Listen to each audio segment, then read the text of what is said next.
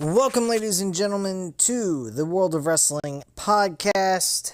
This is your WWE Smackdown January 9, 2026 review. This show was mid. The main event was really the only thing that mattered. The WWE title changing hands was actually shocking they went that route. I'm not gonna cover the entire thing. It is 12 o'clock in the fucking morning. They had Randy Orton kickstart the show once again. Not much really happened on this show. I mean, not much at all. Trick Williams had a nice little interaction with Randy Orton that went well. I think Trick Williams is gonna become a star. And, I think that Trick Williams has got it, man. He's got the look. He's got a charismatic personality. He reminds me a lot of the old school mentality. Him and LA Knight both really are good on the microphone. I would love to see a LA Knight Trick Williams promo between the two of them. I think that would be fucking fun as shit to sit through and listen to. I also liked what Trick Williams offers in the ring. I think his match with Rey Fenix that came up after that was a very fun, entertaining matchup, and he did beat Rey Fenix, but he didn't really, go heavily over on Rey Fenix. He just so happened to get up a lucky possum pinfall, you would say. And that's pretty much what occurred there, and that's how he got the victory. Going over the entire promo with Randy Orton, I mean,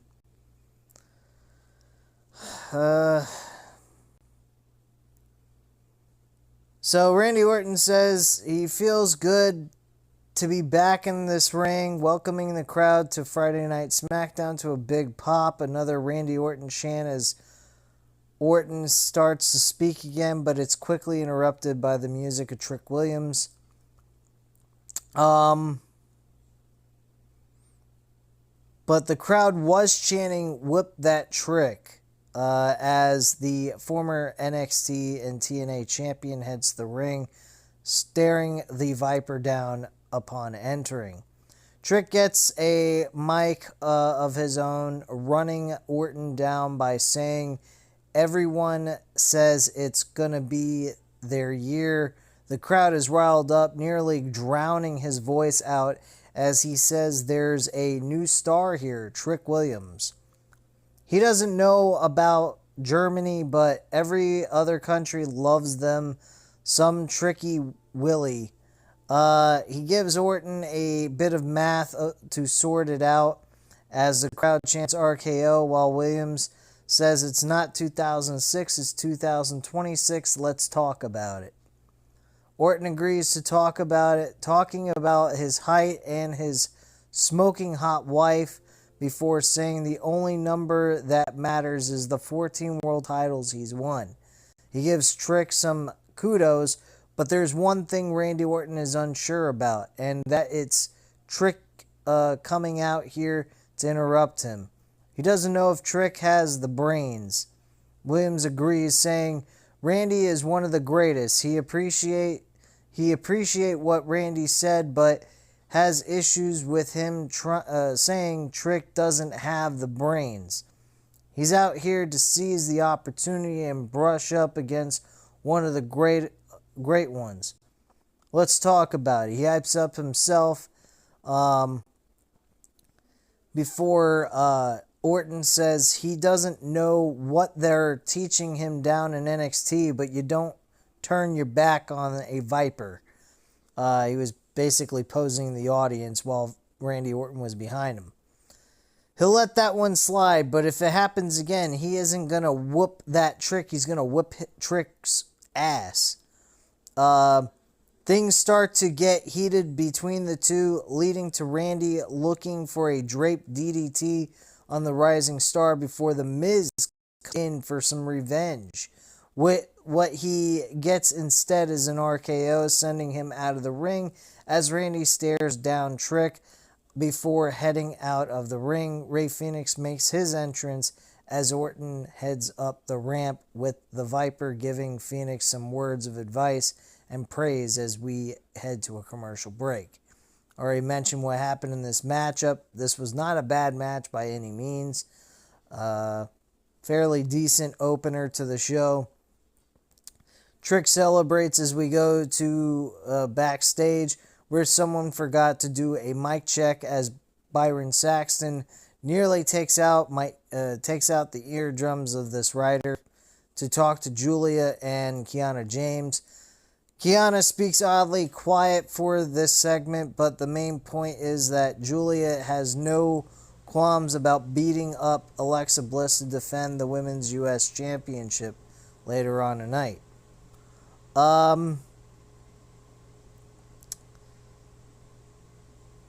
We then get a video package highlighting from last week's ambulance match that saw involvement from Zelina Vega and Rhea Ripley before Damian Priest ultimately took the victory.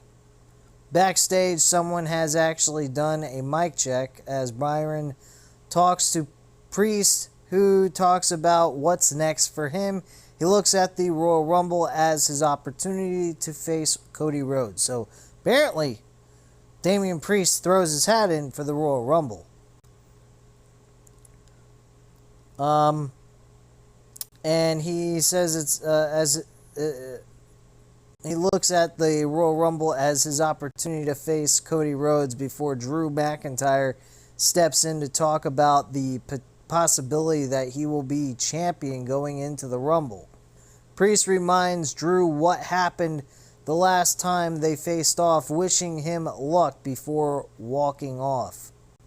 We then hear from Drew about getting into 3 stages of hell. Motions are high, says Drew, but not for him. He can only imagine the look on his face when he sees what Drew has this week, showing off the very watched Dusty pawned off to pay for Cody's future. He says Cody is going to get himself disqualified on the first fall, and all he needs is one more fall to make sure he finally wins the WWE Championship. Elsewhere, Alexa is on the phone with Charlotte, wishing her all the best and feeling better from her cold, basically insinuating she has the flu, when Nia Jax and Lash Legend appear, mocking her about Flair not being around when Bliss has an opportunity for herself. Bliss tells Lash to drop Nia as soon as she can before walking off. She's referencing a thing that happened back in 2017, I believe. And unfortunately, I do believe that is not the case. I believe that Alexa Bliss turned on Nia Jax and made fun of her weight and everything when they were on Monday Night Raw at the time. And they were allies and friends, and it turned out that she just made fun of her because of her weight and everything else, which led to Nia Jax winning her first ever WWE Women's Championship on Monday Night Raw. So go figure that one out and let me know. Anyway, with that, we head to ringside with our next match. Julia makes her way to the ring, and we get the Women's United States Championship match between Julia and Alexa Bliss. Of course, Julia does not lose the title.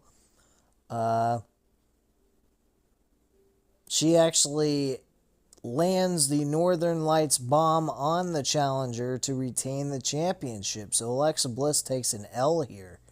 And I do believe it was clean. I don't think there was any... well, Kiana did distract Alexa Bliss, but there wasn't actual contact. The referee dealt with Kiana as Alexa goes up top only to be knocked off. There was some... only to be knocked off by Nia Jax and Lash. Okay, so there was interference. I'm sorry, folks, but I was paying more attention to the Indiana Hoosier game in the college football semifinals championship to crown the number one contender. Well, not number one contender, but for the national championship. And Indiana whooped some ass against the Oregon Ducks today. So I went 2 for 2 in the semifinals. I didn't get either one of those picks wrong. So I was kind of happy with that.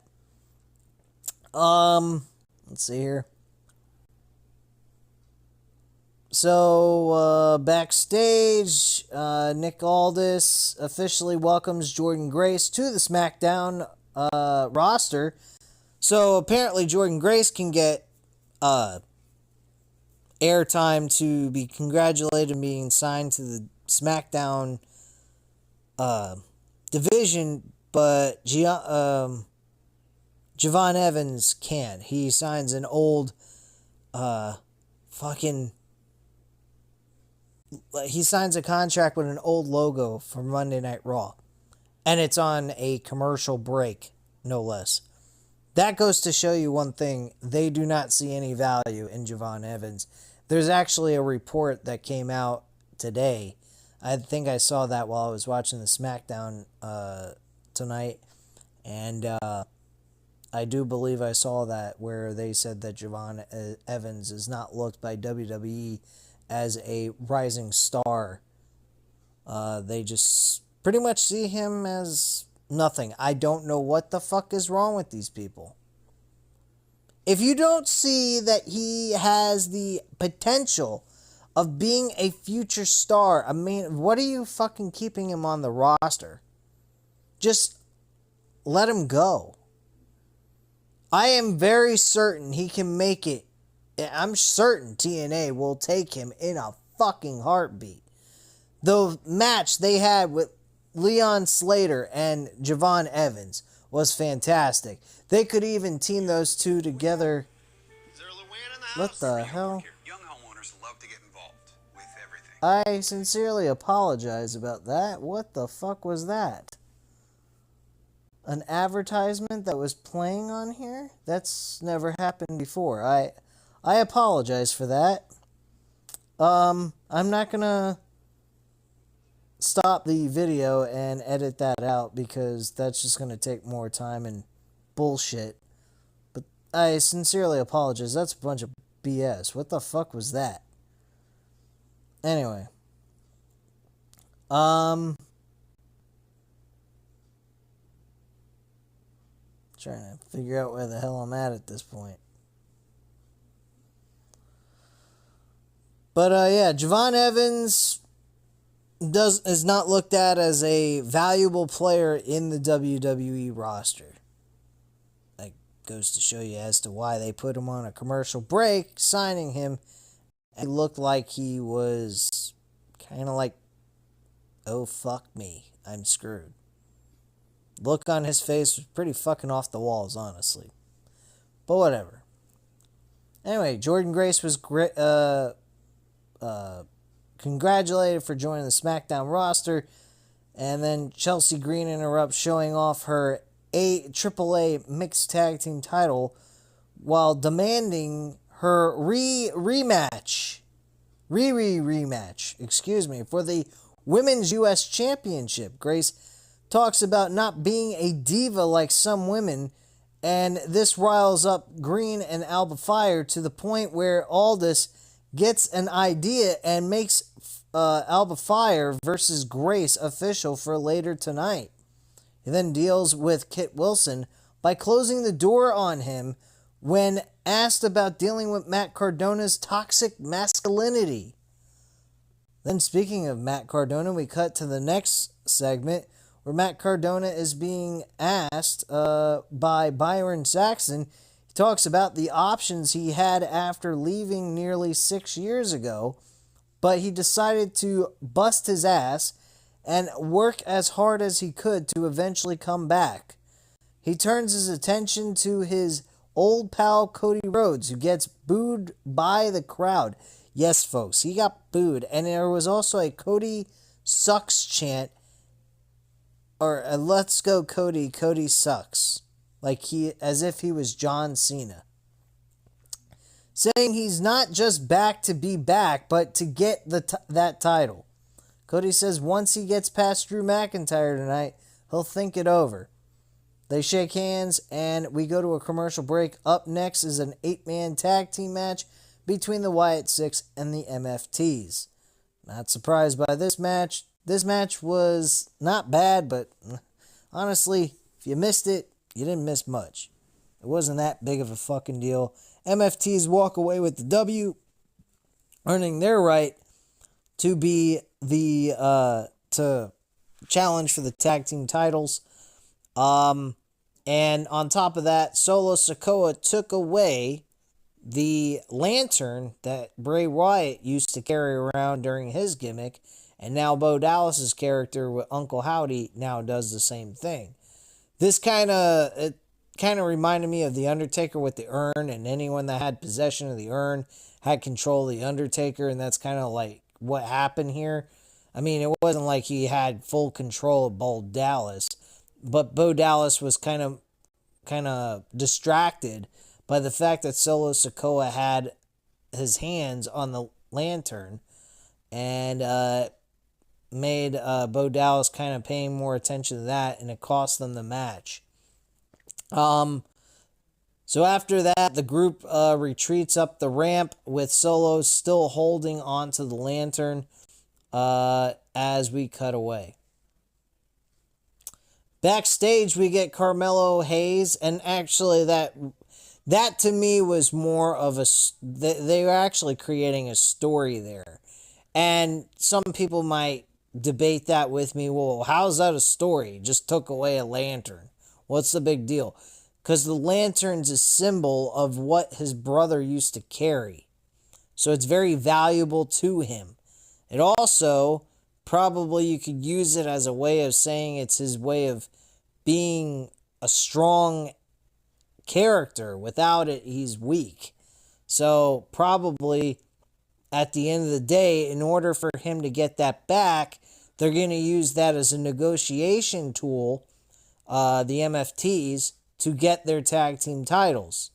Because at this point, there's been no, technically, there's not really much of a tag team division to debate whether or not the MFTs are worthy enough to challenge for the titles. But they could always make if they make a wager for this championship, if the MFTs win, they get the lantern back. If they lose the tag team titles. If that's the case, then that's just going to be a very predictable match. I don't want to see that. I'd rather see them use this as a tactic of negotiation for them to get a shot at the tag team titles. That way the match is not predictable or anything like that. If they go the route of the lantern is up for grabs, if they win, they get the lantern back. I mean, I can see that the MFTs are going to lose and the titles are going to remain with the Wyatts.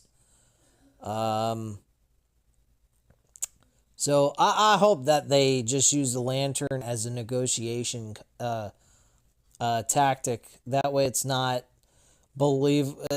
predictable as to what's going to happen, because that lantern belongs to Bo Dallas and the Wyatt Six. So at the end of the day, that's what needs to occur to make the match a little bit unpredictable. I mean, they could still go in the direction of having the MFTs win the tag team titles regardless. I mean, what are they going to do with the fucking lantern anyway if they so happen to, beat them with the lantern on the line? Okay, they keep the fucking lantern? Get the hell out of here. It makes no sense. It should be used as a negotiation tactic to go ahead and get the tag team titles. I mean, but then again, when you look on the other side of things, I mean, there's not really a tag team that they have to jump over. There's nobody that's above them at this point. They keep hinting that this is going to be for the tag team titles after the 8-man tag team match, is what they were saying last week. So I don't know. It really seems a little fucking dumb, that he took the lantern, but at the same time, it was a way of distracting him so they can get the W, which was beneficial for this match to make it believable, in my personal opinion. I mean, they could have still won the match clean regardless, but it just kind of elevated the match a little bit more, kind of giving a little bit of emotional pull towards the fact that the lantern is a connection with Bray Wyatt. Anyway, backstage, Carmelo Hayes bumps into The Miz, and they talk up title shots for the U.S. Championship and WWE titles, with Dragunov also appearing as he wants to talk to Aldis about a shot at the WWE Championship down the line. Back at ringside,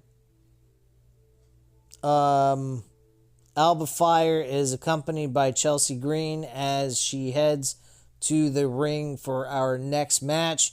She faces Jordynne Grace in the latter's Smackdown debut up next. My personal opinion, I honestly think the story that they could tell is right in front of them. Later on in the show, Nick Aldis makes mention that there is going to be an 8 men that are going to compete 4 matches in singles competition. The 4 winners are going to go ahead and compete in a fatal 4-way. My personal opinion, this is just me. This is how I would book it. I feel a little bit bad about Drew McIntyre. I hate shortening his run. But what I would do, instead of having Sami Zayn in the Royal Rumble itself, I could imagine seeing Sami Zayn win this 8-man tournament bullshit thing they're throwing together at the last minute, because they're going to have a fatal 4-way at Saturday night's main event. And what they could do is have Sami Zayn actually win the WWE Championship from Drew McIntyre in his home country at the Royal Rumble. At the Royal Rumble, he wins. Cody Rhodes comes short in the Royal Rumble match itself. He doesn't win that. I would say maybe Braun Breaker wins. My biggest fear, though, if they go with Sami Zayn, the direction of this, they go with Sami Zayn, they're probably going to go in the direction of fucking, Roman Reigns to win the Royal Rumble so he can face the World Heavyweight Champion of CM Punk. Now, my personal opinion, I don't really like that idea at all. I mean, granted, that probably people would say, well, why would he go after the world title? He has a thing towards Cody Rhodes at this point, so that's probably the best way to go with that, honestly. But here's what I'd do. I'd say fuck Roman Reigns trying to become world champion. Wouldn't even worry about that shit. What I would do is, or you could do this, you have Roman Reigns win the World Heavyweight Championship from CM Punk at the Royal Rumble as well, and have Braun Breaker win the Royal Rumble, face Roman Reigns at WrestleMania, and beat Roman Reigns for the World Heavyweight Championship. Then you could do that for night 1.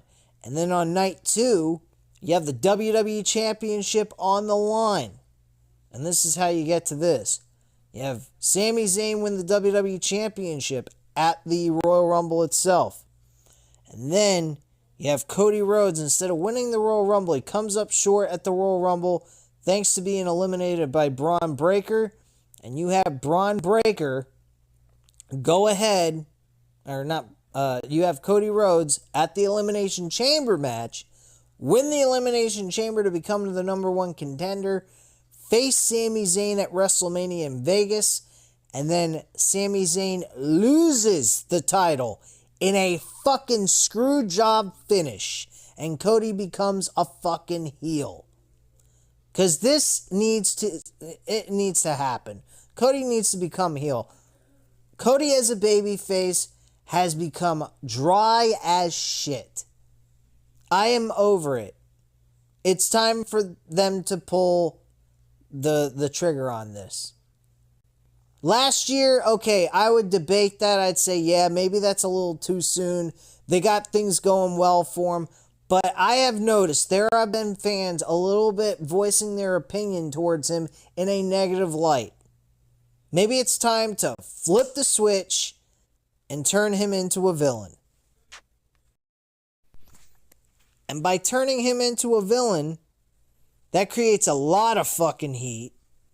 He beats Sami Zayn, who's a liked wrestler, and he goes away with the title at WrestleMania to close out the show and sells his soul to The Rock.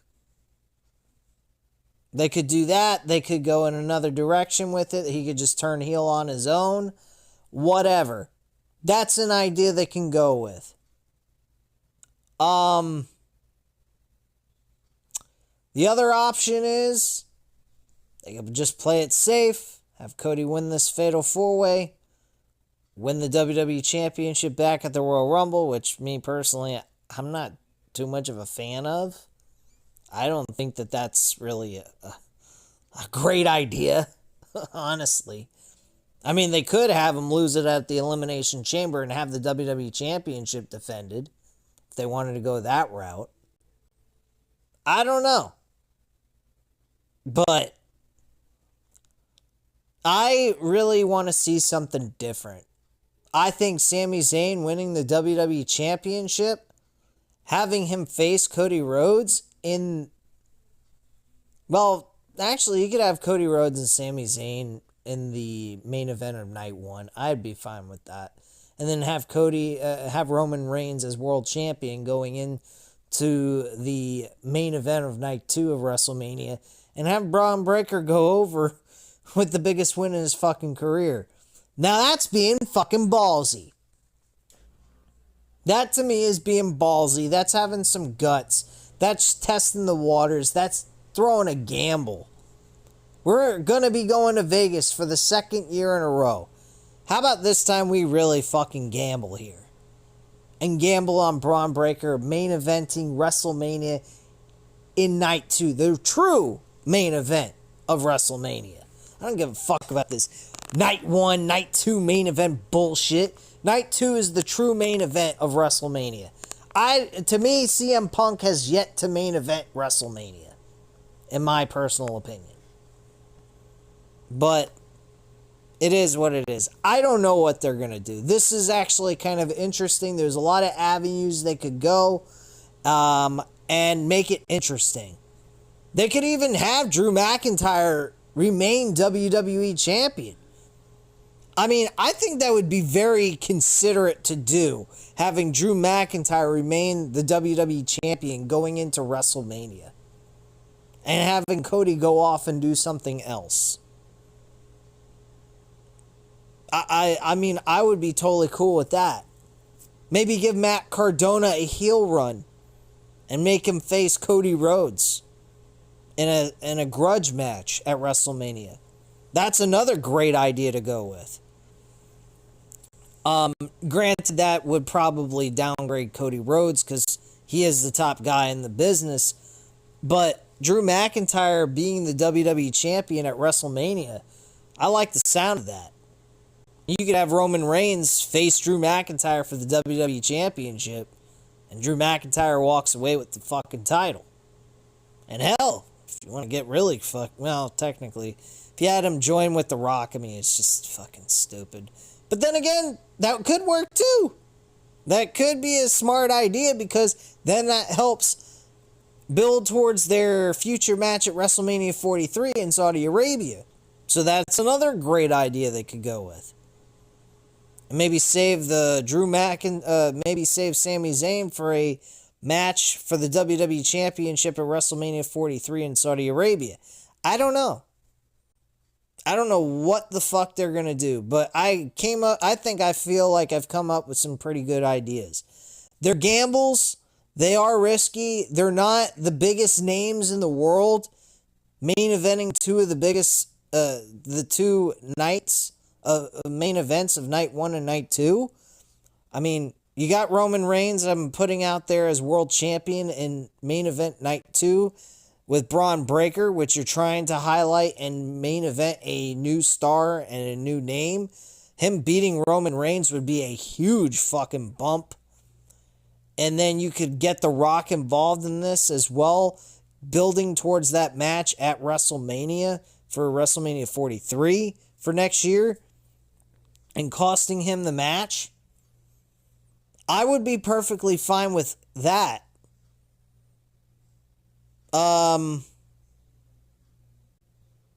Have Cody Rhodes turn heel during his match with Sami Zayn on his own. That's another option they could do. I mean, there's a ton of fucking things they can do with this, and I think that they should. They really should take advantage of this. I don't know if they're going to, though. I think they're just going to disappoint us. I think they're going to give us just very safe, very predictable moves. This Drew McIntyre win is just going to feel so fucking worthless to me.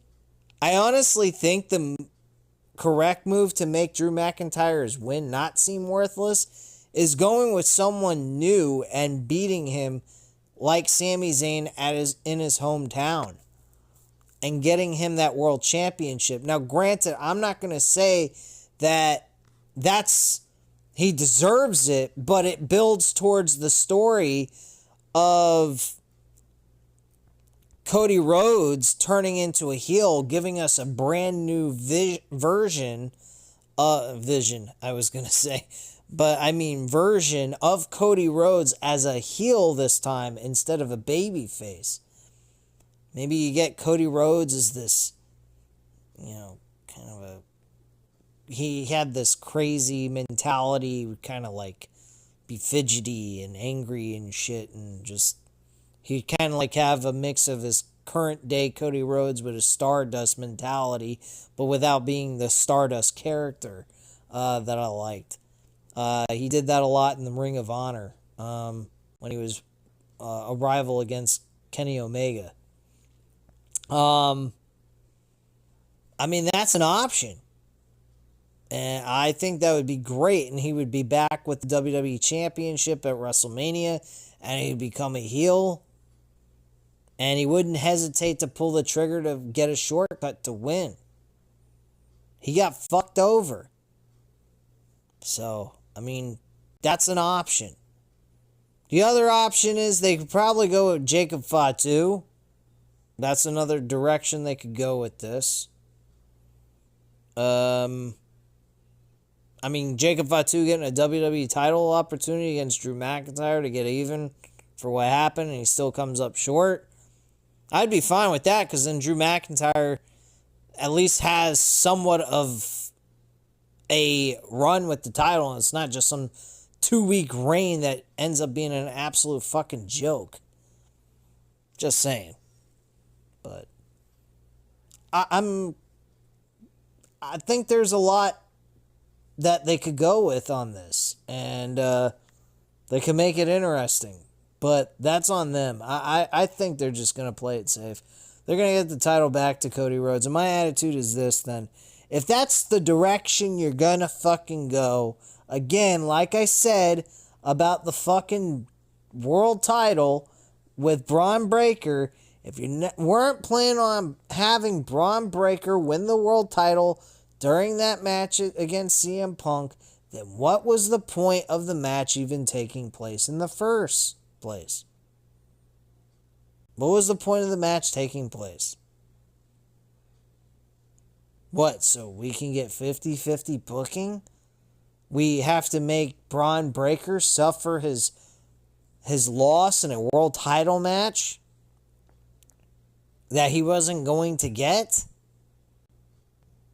Now, my attitude is real simple. Now, if you're going to do that, you're going to, in my personal opinion, you should go with a different world champion for him to face. At least then it's not totally 50-50 booking. He's at least beating someone he hasn't faced before or lost to. So it's like totally different scenario. So, I mean, that's another direction they can go with, and Roman Reigns would be the right guy for Braun Breaker to actually defeat. You could always do a number one contenders match to determine, Braun Breaker facing CM Punk at Elimination Chamber, him defending his number one contendership against Roman Reigns, and CM Punk ends up coming short against Braun Breaker. He gets the win over him in a meaningless fucking match, at least, and it gives emphasis on him keeping his actually earning his right by defeating the guy that beat him and retained his championship against him. That's the direction I would go with. And then him beating another big name back-to-back months in two mega matches. I mean, well, technically his rematch with CM Punk wouldn't be a mega match. Him beating CM Punk and then for the world title and then facing Roman Reigns at WrestleMania champion going in, and him retaining the title against Roman Reigns would have been beating two mega stars in two mega matches. But he's already suffered a loss against CM Punk. But him facing CM Punk in a one-on-one match, not over a championship at WrestleMania, but him actually defending the right to still be at WrestleMania against Roman Reigns for the world championship, I think is a fantastic idea. I really do. I think that's fucking smart as shit. It raises the stakes a little bit in the sense that the table kind of turned around. Braun Breaker's now the guy going into WrestleMania, the main event against Roman Reigns, and CM Punk's out of the mix. And he's got to earn his way back in to turn it into a triple threat match or something. Or just take his right away from him completely. And Braun Breaker goes over on CM Punk and beats him this time around. The outside interference, that would be a way of going about doing this. And then you have maybe Logan Paul could be CM Punk's WrestleMania opponent. That'd be kind of an interesting matchup. Because I think Logan Paul could run circles around CM Punk. I think CM Punk could just bring a lot of,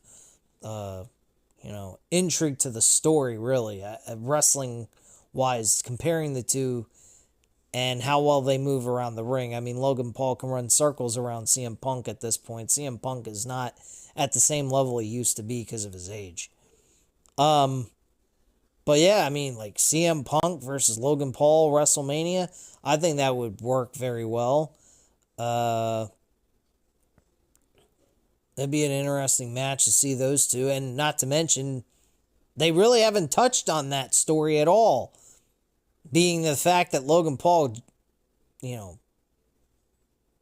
jacked him in the fucking mouth before he joined the Vision at one point. Now he's fucking him over with a number one contenders match against fucking Roman Reigns for the world title at WrestleMania to get revenge for his loss that he suffered at the Royal Rumble. I think that would be fucking awesome.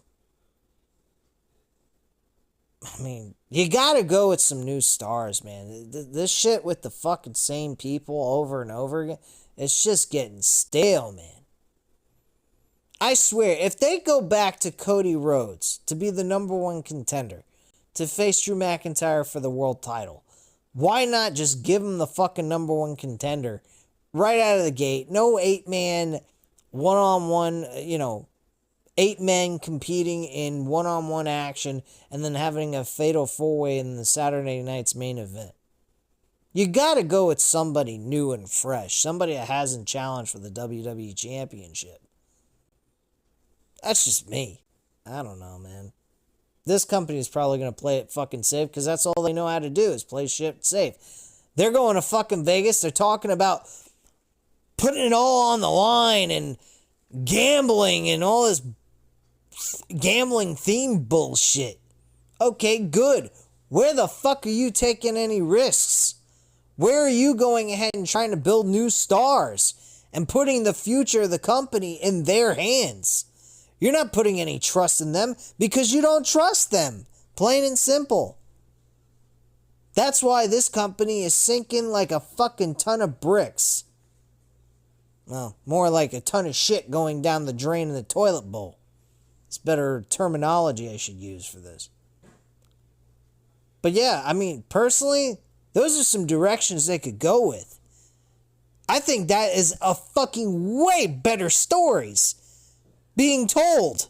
Roman Reigns becomes World Heavyweight Champion, beating CM Punk at fucking the Royal Rumble in front of a big crowd in Saudi Arabia. The winner of the Royal Rumble match is Braun Breaker. Cody comes up short. He wants to get his championship back. Sami Zayn winning the WWE Championship in his home country.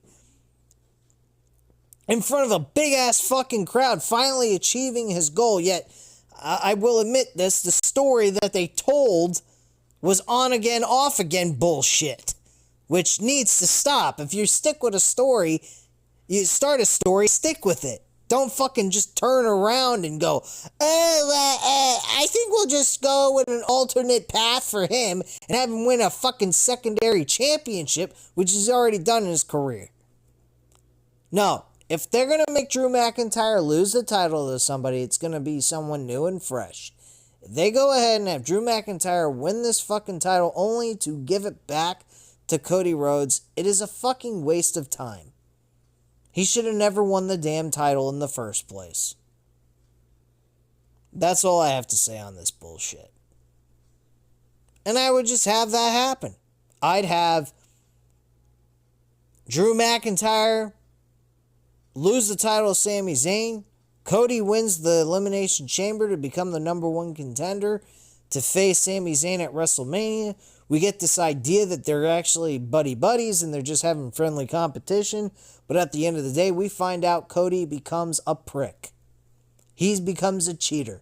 He finds a way to win by shortcut and costs Sami Zayn his run with the WWE Championship at WrestleMania at Night 1. Then you have Sami Zayn on his quest, on a real story, to officially go ahead and have his moment in the sun, winning in his home country again at WrestleMania, winning the Royal Rumble, wherever the fuck they're having that in 2027. Have him win the Royal Rumble, have him go through a year of hell trying to finish his so-called story, like Cody Rhodes, and have him beat Cody Rhodes at WrestleMania 43 in his home country. That's what I would do. CM Punk would face Logan Paul thanks to outside interference from one of the members of the Vision from Logan Paul, helping Braun Breaker win. You get CM Punk, Logan Paul, one-on-one. Braun Breaker, Roman Reigns for the World Heavyweight Championship. Night 2 main event. The match is declared that no one from the Vision can come out there with him, not even Paul Heyman. No one can interfere. We then get Roman Reigns, Braun Breaker, straight up match. We think it's going to be a straight up match. And we get a fucking screwball finish with The Rock showing up and costing Roman Reigns the match to build a story towards WrestleMania 43 for Roman and The Rock. There you go. That's your fucking 2 major main events. You got 3 matches right out of this whole entire thing I just stated. I think that's some fucking great shit. Now, granted, we won't get the Randy Orton heel turn against Cody Rhodes. I would love to see that. I will say this. If they wanted to go back to Cody Rhodes just so they can have Randy Orton and Cody Rhodes at WrestleMania with Randy Orton being the heel going into WrestleMania and beating Cody for the title, I'd be okay with that. Maybe. I'm not sure. I'm kind of lost on what they're going to do. But I really think they're just going to be safe, and everything I'm saying is just another waste of time. But I think what my ideas are pretty fucking good, and I think they would actually be noteworthy, and I think people would be very intrigued to see how they would produce these matches, but I highly doubt that's going to happen. Because they don't know how to fucking be entertaining or be out of the box or do anything that's different. We just do rinse and repeat. Same old fucking crap over and over again. But anyway, let's get back on track with this review because I've been just kind of talking my ideas and fantasy booking here for WrestleMania, which I think my booking decisions were actually pretty fucking good.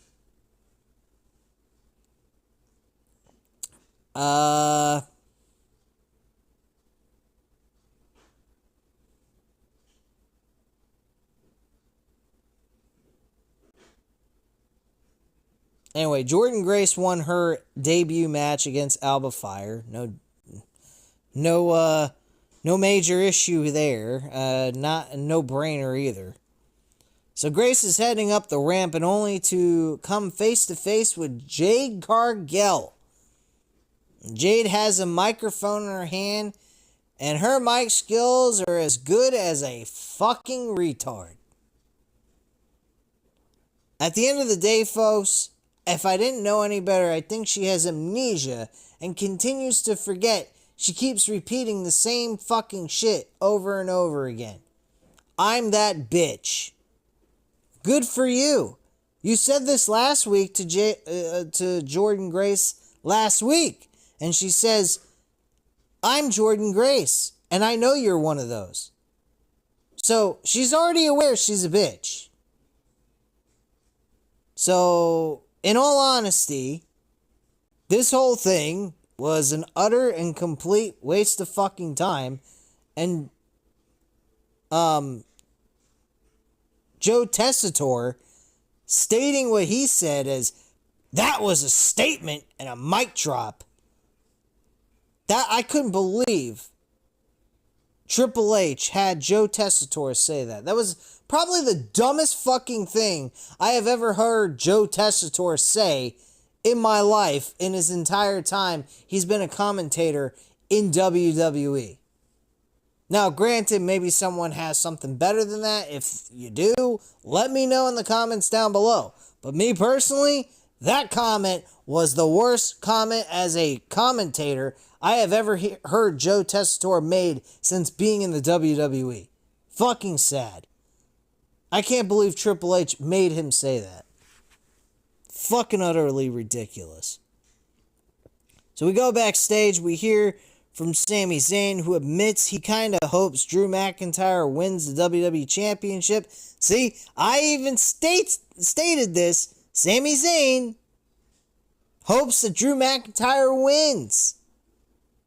But he wanted to put his money on Cody Rhodes because it is his friend and he believes he can win. And he says he would be ready for whoever is the champion. Now, to me, that sounds like Sami Zayn is going to win this Fatal 4-Way at Saturday night's main event and become the WWE champion at Royal Rumble. Just my thoughts. Commentary hypes up the 3 stages of hell and go to a commercial break for the final hour. And go to a free final hour commercial break. Where there's no more commercials and all that bullshit. So, we see backstage Nathan Frazier getting ready to race his friend Axiom to the ring for the open challenge.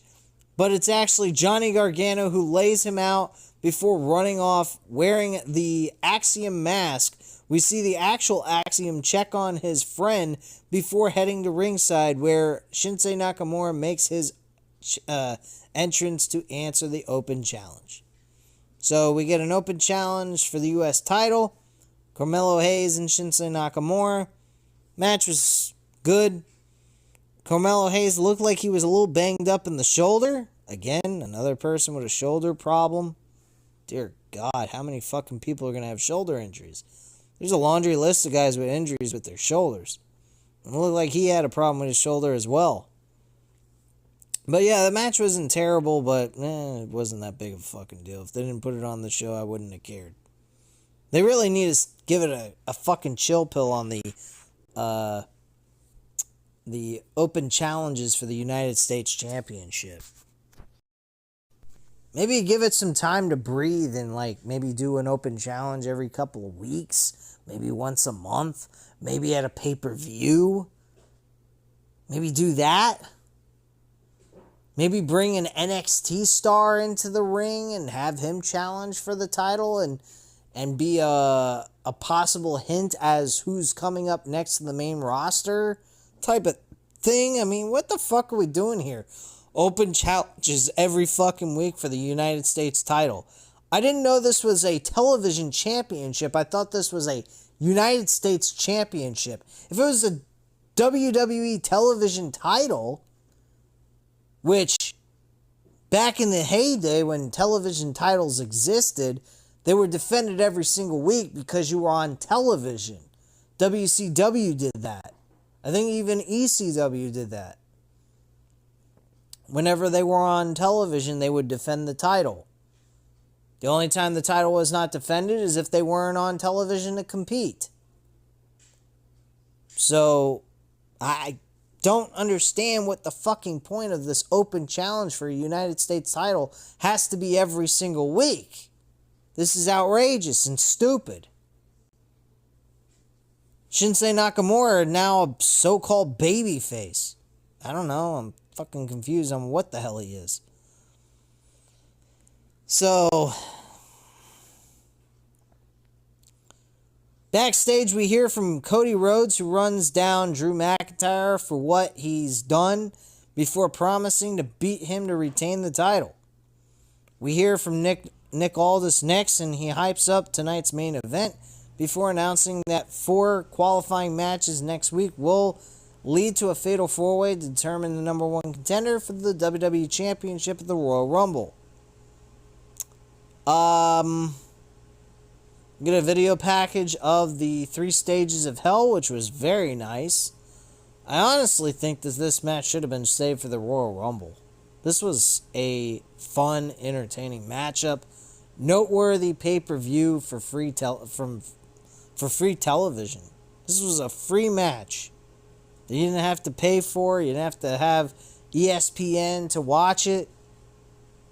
You could have watched this on television for nothing outside of what you pay for your cable service, or if you have Netflix and have a VPN, you'd be able to watch this for whatever that price is.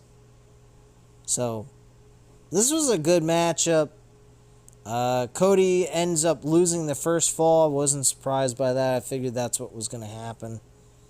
So Cody ends up winning the second match in the Falls Count Anywhere. Excuse me, guys. The Falls Count Anywhere match. He actually connected with a spot that Jeff Hardy used to do back in the old days when they were doing like table ladders and chairs. Who go in the stands and go on top of the balcony and leap off and land on top of his opponent.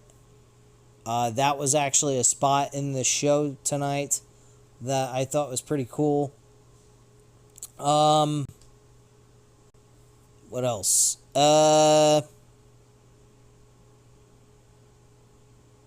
Cody then connected with the crossroads on top of the announce table, which looked like it hurt him more than it hurt Drew McIntyre. The table broke, and Cody pinned him for the 1, 2, 3, and we moved into the steel cage for the third fall. This match was actually, I believe, probably about the longest, maybe. I'm not sure. I think maybe all of them kind of got... The shortest match was really the singles match. The Falls Count Anywhere match, I think, was just about the same as the steel cage. And Drew McIntyre ends up winning this match thanks to Jacob Fatu, but technically Jacob Fatu had no intentions of helping Drew McIntyre win the title. He was intending to hurt Drew McIntyre